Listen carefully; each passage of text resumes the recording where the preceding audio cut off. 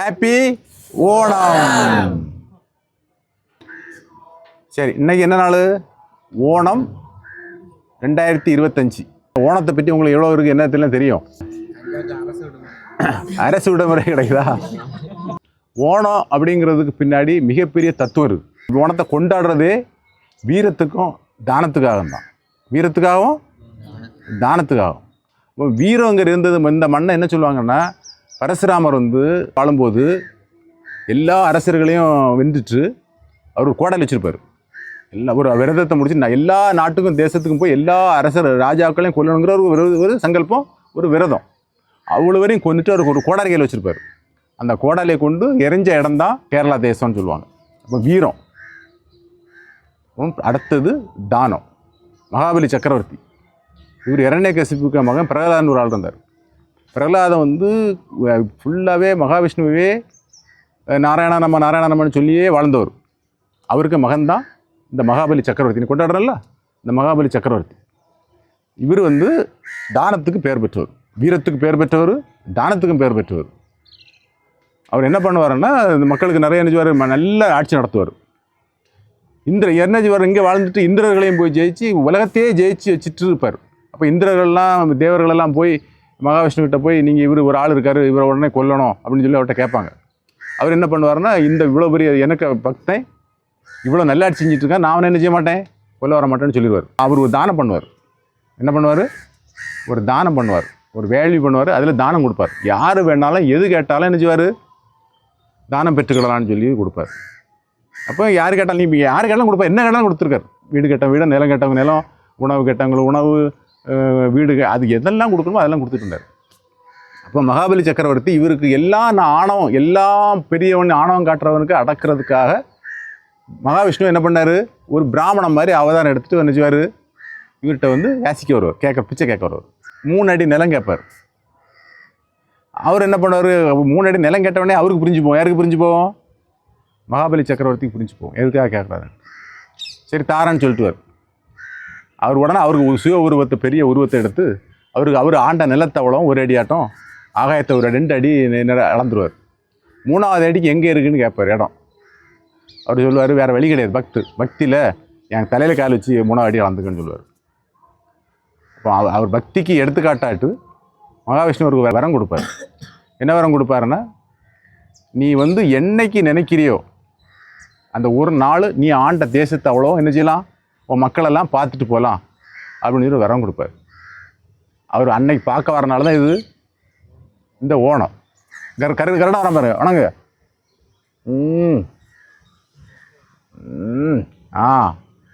இப்போ மகாபலி சக்கரவர்த்தியே எங்கே வந்திருக்காரு? இப்போ நமக்கு நம்மளை பார்க்க வந்திருக்காரு. ஏன்னா இந்த தேசம் மகாபலி சக்கரவர்த்தி ஆண்ட தேசம், பரசுராமர் ஆண்ட தேசம். வீரத்துக்கும் விளைஞ்ச மண்ணு, தானத்துக்கும். தானங்கிறது ஒரு ஆள் என்ன கேட்டாலும் கொடுக்குறது தான். உன்ட்ட அவ்வளோ தூரம் கொடுக்குறதுக்குள்ள இப்போ இந்த சக்தி இல்லை நம்மகிட்ட. ஆனால் கடவுள் நமக்கு ஒரு சக்தியிலும் இடத்தையும் தருவார். தானம் கொடுக்குறது என்ன செய்வார், ஒரு வாய்ப்பை தராமல் கடவுள் இருந்ததே கிடையாது மனுஷனுக்கு. ஆனால் நம்ம அதை பயன்படுத்தலை. இப்போது நமக்கு ஒரு கல்யாணம் நடக்குது, உனக்கு ஒரு கல்யாணம் நடக்குதுன்னு வச்சுக்கா, அன்னைக்கு விருந்து வைப்பியா வைக்க மாட்டியா? இப்போ எல்லாரையும் கூப்பிட்டு தானம் கொடுப்பால, சமையல் கொடுப்பால, சாப்பாடு கொடுப்பால, நிறவோட கொடுப்பியா, ஏதோ வந்துட்டாண்டு கொடுப்பியா? நிறவோட வந்தவங்களுக்கு நாம் சாப்பாடு கொடுக்கணுங்கிற ஒரு உணர்வு இருக்கணும். இதுதான் தானத்துக்கு முக்கியம். உணர்வு இருந்தாலே போதும், ஆட்டோமேட்டிக் சாப்பாடு இருக்கும். எனக்கு 3 நண்பர்கள் இருந்தாங்க. அவங்க 3 பேருக்கு பிள்ளைங்க கல்யாணம் நடந்தது. இதில் ஒரு மண்டபம் இருக்குது, ஞாபகம் இருக்கா உங்களுக்கு? ஒரு கல்யாணம் நடந்தது. அப்போ ஏற்கனவே 3 நண்பர், அந்த 3 நண்பர்களை பற்றி எனக்கு தெரியும். இப்போ ஒரு நண்பர் கல்யாணத்துக்கு நான் என்ன சொன்னேன், உங்ககிட்ட யார் இந்த வீட்டு இந்த இடத்துக்கு நினச்சாங்க சாப்பிட போயிடாதுங்க அப்படின்னு சொன்னேன். சொன்ன பிறகு நீங்கள் என்ன செய்யலை, கேட்காம ஒரு 4 பேர் சாப்பிட போயிருக்கீங்க. 4 பேர் சாப்பிட போயிருக்கீங்க. ஆனால் அங்கே சாப்பாடு என்ன ஆயிடுது, காலி ஆயிடுது. அவங்க வரக்கூடியவங்களுக்கு கொடுக்க முடியல. நீ தானம் பண்ணுறது, கல்யாணம் பண்ணும்போது நீ கார்டு அடிக்கும் போதோ, எத்தனை கார்டு அடிக்கிறேன், எவ்வளோ ஒரு சாப்பாடு கொடுக்கணுங்கிறது நீ கொடுக்க வேண்டிய கணிக்க வேண்டியது. அப்போ இன்னும் நிறைய பேர் சாப்பிட வருவாங்க அப்படிங்கிற உணர்வு நமக்கு இருக்கணும். ஆட்டோமேட்டிக் சாப்பிட வருவாங்க, அது ஃபுல்ஃபில் ஆயிரும். கடவுளை கொடுப்பாரு. நீ அன்னைக்கு என்ன பண்ணா, ஏதோ சாப்பாடு தட்டுப்பட்டுன உடனே நம்ம விளையாடு பையன் மாதிரிலாம் சாப்பிட்டு போயிட்டான்னு ஒரு புரளி நினச்சி தான் உண்டு பண்ணிட்டாங்க. இது ஒரு சைஸ் தானத்தின் வகை. 2வது வகை, கல்யாணம் நடத்துகிறோம், கார்டு அடிக்கிறோம், எல்லாரும் வரணும் விருப்பப்படுறோம். நம்மகிட்ட ஸ்பெஷலாக நம்மகிட்ட சரி ஸ்பெஷலாகிட்ட ஒரு அழைப்பு வருது, நீ யாரும் அங்கே வந்துடாதுங்க. எங்கே வந்துடுறாங்கன்னு? இந்த மண்டபத்துக்கு சாப்பிட வந்துடுறாங்கன்னு ஒருத்தன் சொல்கிறான். கல்யாணங்கிறது நாம் அடுத்தவங்களுக்கு கொடுத்து புண்ணியம் சேர்க்கறதுக்காக செய்கிற செயல். 1000 காட்டம் அடிப்போமா, 1000 கார்டு அடித்து சாப்பாடு கொடுப்போம். இந்த 1000 பேரும் உன்னை பொறாமப்படுறதும், இவ்வளோ ஜவுரி கொடுக்குறான், இவ்வளோ காரை வாங்குறான், இவ்வளோ வசதியாக இருக்கிறான்னு சொல்லி பொறாமப்பட்டுட்டு போவானே தவிர உன்னை வாழ்த்திட்டு 1000 காலம் போகாது. நீங்கள் பசியோடு சாப்பிட போகிறீங்களா, நீங்கள் அவங்கள வாழ்த்திட்டு போவீங்க. இந்த தத்துவம் யாருக்கு தெரியாது? இந்த பாலா போன மனுஷனுக்கு நினைச்ச போகிறதில்ல, தெரிய போகிறதில்ல. 3வது நபர் சாப்பாடு ஏன்ட வந்து சொல்கிறார், ரவி நான் நாகர்கோவிலில் கல்யாணம் வச்சுருக்கேன், உன் பையன் மாதிரி சாப்பிட்டுட்டு போகணும், நான் வண்டி விட்டுருவேன். என்ன வண்டி விட்டுருவேன், நீங்கள் சாப்பிட்டுட்டு போகணும் அப்படின்னு சொன்னான். சரிப்பா சொல்லாருன்னு சொல்லிட்டு வண்டி விட்டான். 2 வண்டி நிறைய ஆள் போச்சு. 75 பேர் சாப்பிடுவாங்க. போனீங்களா? எல்லாம் சாப்பிடுவாங்க. 75 பேர் சாப்பிட போனீங்க. சாப்பிட்டு வந்த உடனே நான் உங்ககிட்ட கேட்ட கேள்வி என்ன கேட்டேன்? சாப்பாடு எப்படி இருந்துன்னு கேட்டேன். என் வாழ்நாள்லேயே இப்படி ஒரு சாப்பாடு நினச்சது கிடையாது, சாப்பிட்டு கிடையாது. அப்போது நீ என்ன பண்ணுறா, ஆட்டோமேட்டிக்காக அந்த சாப்பாடு நல்லா சாப்பிட்டோன்னா அந்த குடும்பம் அந்த மணமக்களே நீ நினைச்சிடா வாழ்த்து கிடைக்குது. உங்கள் 50 பேருக்கு வாழ்த்து அவனுக்கு உண்டு. காடு கொடுத்து கூட்டான்ல, வாய்ப்பே கிடையாது. இந்த வாய்ப்பு உங்களுக்கு வரும். இந்த நம்ம சாப்பாடு கொடுக்குறோம்ல, தானம் கொடுக்குறோமா, இப்போ சாப்பாடு சமையல் பண்ணுறோமா, இவங்களுக்கு தான். தானம் கொடுக்கறதுக்கு மடித்தவங்களுக்கு நீ தானம் கொடுக்கண்டா, நான் தானம் கொடுக்குறேன், நாங்கள் தானம் கொடுக்குறோம், நீ என்ன செய், சாப்பிட்டு. ஒவ்வொரு மனசு பசிக்க அருமையாக புரிஞ்சுக்கணுங்க. பசிங்கிறது மிக கொடுமையானது தெரியுங்களா? ஏன்னா இப்போ எங்கள் அப்பா என்கிட்ட சொன்ன வார்த்தை தான், பசி அவ்வளோ வலிமையானது. எங்கள் அப்பா எங்கள் ஊரில் இறந்தவங்களுக்கு கொடுப்பாங்கல்ல, அந்த வருஷம் சாப்பாடு கொடுக்க போய் உட்காந்துருக்காங்க. பசியோடு போய் உட்காந்துருக்காரு. எங்கள் வீடு வறுமை. பின்னாடி இப்போ முன் காலத்தில் எங்கள் அப்பா காலத்தில் வறுமை தான். வறுமை சாப்பிட போனவரை எழுப்பி விட்டாங்க. எழுப்பி நினைச்சிட்டாங்க, நீ எழும்பி வேற ஒருத்தங்க இடம் கொடுத்து எங்கள் அப்பா எழுப்பி விட்டாங்க.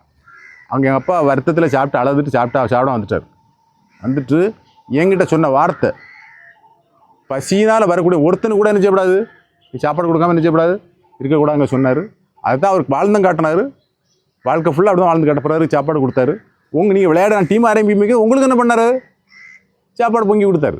அந்த காலத்தில் எங்கள் ஊர்லலாம் ஒரு பெரிய வசதியான வீடுகளெல்லாம் சாப்பாட்டுக்காக என்ன செய்தாங்க, காவல் இருந்த நாள் உண்டு.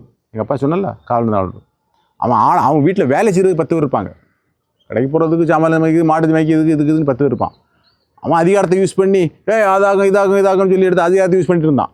பண்ணையார். பண்ணையாரே கிடையாது. எவன் பண்ணையார்? யார் பண்ணையார் என்னன்னு கேட்டேன். ஒரு பைசா அடுத்தவனு கொடுக்காதவனு பேர் பண்ணையாரா? புரிஞ்சா? மனசு தான் பண்ணையார். மனசு நீ எல்லாருக்கும் உணவு கொடுக்கணும், எல்லாருக்கும் தானம் கொடுக்கணும், நல்லது செய்யணும்னு நினைக்கிற உனக்கு நீ தான் பண்ணையார். பண்ணையாருங்கிறது அங்கே அதிகாரம் பண்ணிட்டு ஆணவம் பண்ணிட்டு இருக்கோன்னா பண்ணையார் நீ உன்னை நம்பி அவன் வந்தானே சாப்பாடு கொடுக்கணும். நமக்கு ரவுண்டு மாதிரி இதில் பழகுறா சாப்பாடை கொடுத்து நீ பழகுறா. உணவு உண்டு யார் வந்தாலும் சாப்பாடு கொடுக்கணுங்கிற உணர்வை இங்கே என்ன செய்கிறா, இந்த இடத்துல இருந்து நீ கற்றுக்கிட்டு போகிறா.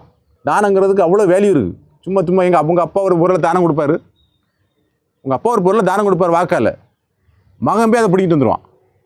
இதுக்கு போய் எங்கே தானமா? தானம் அது இல்லை. வாக்கில் கொடுக்குறதும் தானம் தான், அது பிடுங்கிறது இல்லை தானம். ஒருத்தரும் கொண்டு போக முடியாது. இந்த உலகம் சுழற்சி உட்பட்டு சுழற்சி தானே. இன்றைக்கி உன் குடும்பம், இன்றைக்கி நான் அடுத்தவன் குடும்பம். இன்றைக்கி இந்த மகாபலி சக்கரவர்த்தி, நாளைக்கு இன்னொரு சக்கரவர்த்தி. ஒருத்தர் நிரந்தரமாக நினைச்ச முடியாது, முடியாது. இந்த சொத்தை நீ நிரந்தரம் கொண்டு போக முடியாது. நீ கோடிக்கணக்கில் வச்சுருந்தாலும் விட்டு தான் போகணும். நீ கோடிக்கணக்கான சொத்து வச்சுருந்தாலும் நீங்கள் விட்டு தான் போகணும், கொண்டு போக முடியாது. உன் பிள்ளை அனுபவிக்கும், இல்லைனா எவனோ ஒருத்தன் கண்டம் கொண்டு போக போகிறான். எப்போவுமே தெரிஞ்சுக்கிடுங்க, நம்ம தானம் கொடுக்குறவன் பெரிய ஆள் கிடையாது. தானம் வாங்குறவன் பார்த்தியா, தானம் வாங்குறவன் இருந்தால் தான் கொடுக்குறவனு ஒருத்தன் இருக்க முடியும் இந்த உலகத்தில். அப்போ கொடுக்குற செய்கிறது பெரிய விஷயம் இல்லை. வாங்குறவன் இருந்தால் தான் கொடுக்கவும் இருக்க முடியும். அப்போ யார் பெரிய ஆள்? வாங்குறவன் தான் இதில் பெரிய ஆள்.